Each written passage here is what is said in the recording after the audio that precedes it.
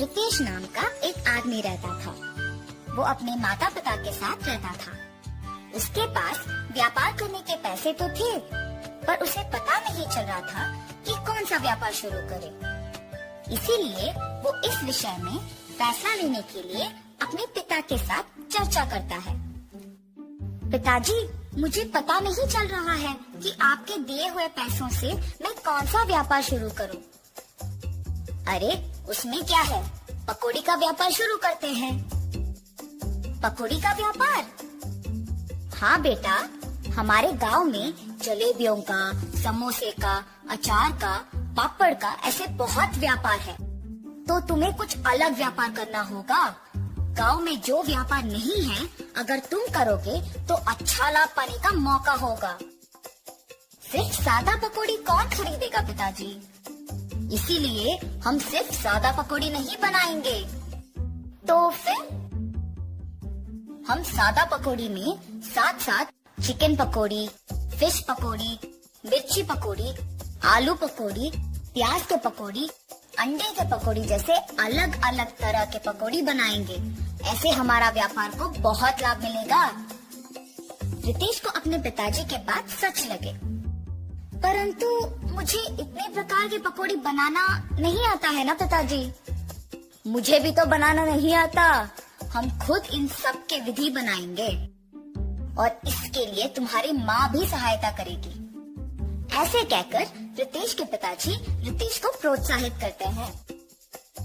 फैसले के अनुसार पकौड़ी को बनाने के सामग्री रितेश खरीद के रसोई घर में इकट्ठा कर रहा होता है कि उसके पिताजी पके हुए अंडों को 2 हिस्सों में काट रहे होते हैं और रितेश की माँ पकौड़ी के लिए बेसन का मिश्रण तैयार कर रही होती है। बनाए हुए मिश्रण को 6 अलग अलग बर्तन में बराबरी से रितेश की माँ डालती है। रितेश के पिताजी पहले बर्तन में कटे हुए अंडे, दूसरे बर्तन में कटे हुए प्याज, तीसरे बर्तन में कटे हुए मिर्ची, चौथे बर्तन में कटे हुए आलू, 5वें बर्तन में कटे हुए केले और छठी बर्तन में कटे हुए चिकन के पीसेस डालते हैं और फिर एक एक करके उन सारे अलग तरह के पकौड़ी को तेल में तलते हैं। रितेश जब पकौड़ी का स्वाद देखता है तो उसको बहुत स्वादिष्ट लगता है।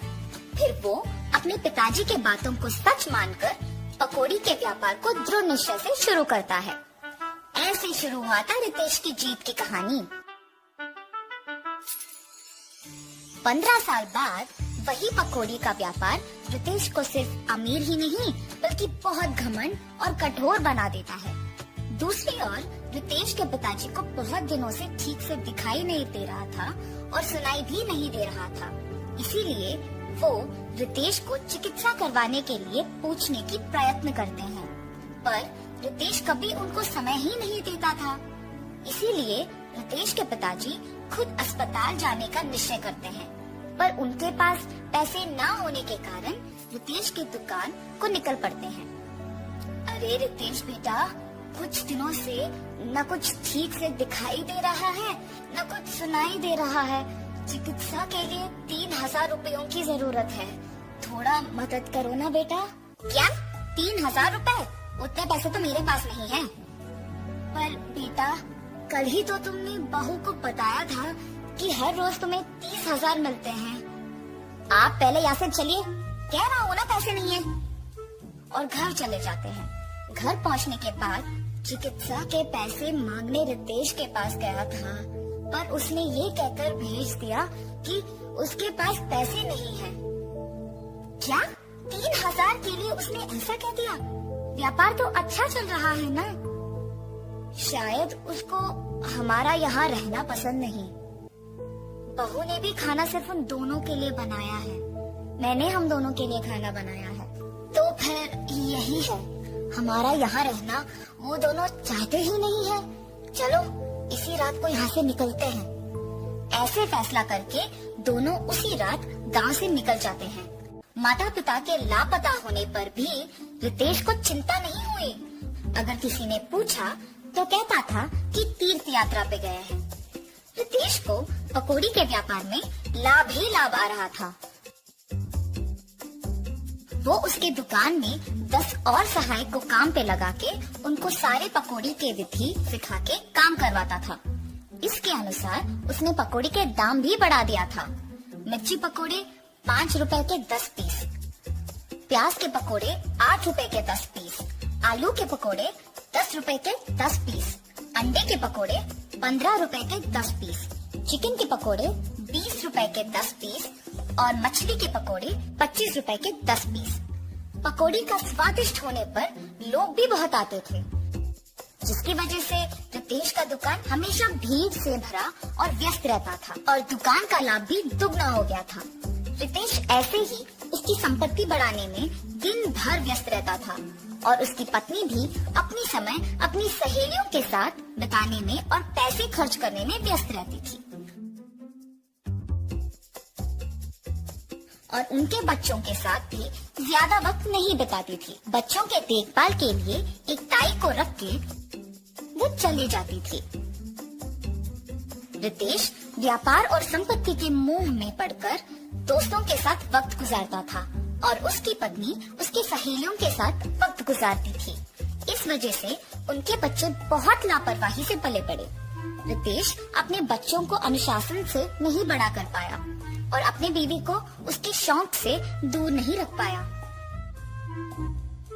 अब रितेश के साथ प्यार से 2 बातें करने के लिए भी कोई नहीं था।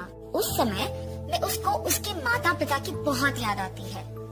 मैं कितना मूर्ख हूँ, प्यार से देखभाल करने वाली माँ और जिस व्यापार को इतने जिम्मेदारी से देखभाल कर रहा हूँ, उसका मार्गदर्शन करने वाले पिताजी को मैंने अनादर किया है। न जाने वो कहाँ हैं, क्या कर रहे होंगे। मैं तुरंत उनको ढूंढ के घर वापस लेके आता हूँ। रितेश अपने माता पिता को ढूंढने अपने कार में निकल जाता है। गांव में ढूंढते ढूंढते उसको अपने माता पिता गंदे फटे हुए कपड़ों में नजर आते हैं। ये देख रितेश भाग के उनके पास जाता है और कहता है, आप ऐसे कैसे? ये सब मेरा ही गलती है पिताजी, मुझे माफ कीजिए और कृपया मेरे साथ घर चलिए माँ। रितेश को अपनी गलती का एहसास होता है और वो अपने माता पिता के साथ घर वापस आता है। अपनी पत्नी को बोलता है कि आज से जो भी होगा माँ के अनुसार होगा और व्यापार का सारा संपत्ति अपने पिताजी के हाथ कर देता है। रितेश सिर्फ सहायकों का और पकौड़ी के विधि का देखभाल करता है और उसकी पत्नी बच्चों का देखभाल और पढ़ाई का ध्यान रखती है। सुख संपत्ति और परिवार का प्यार पाके सब सदा खुश रहते हैं।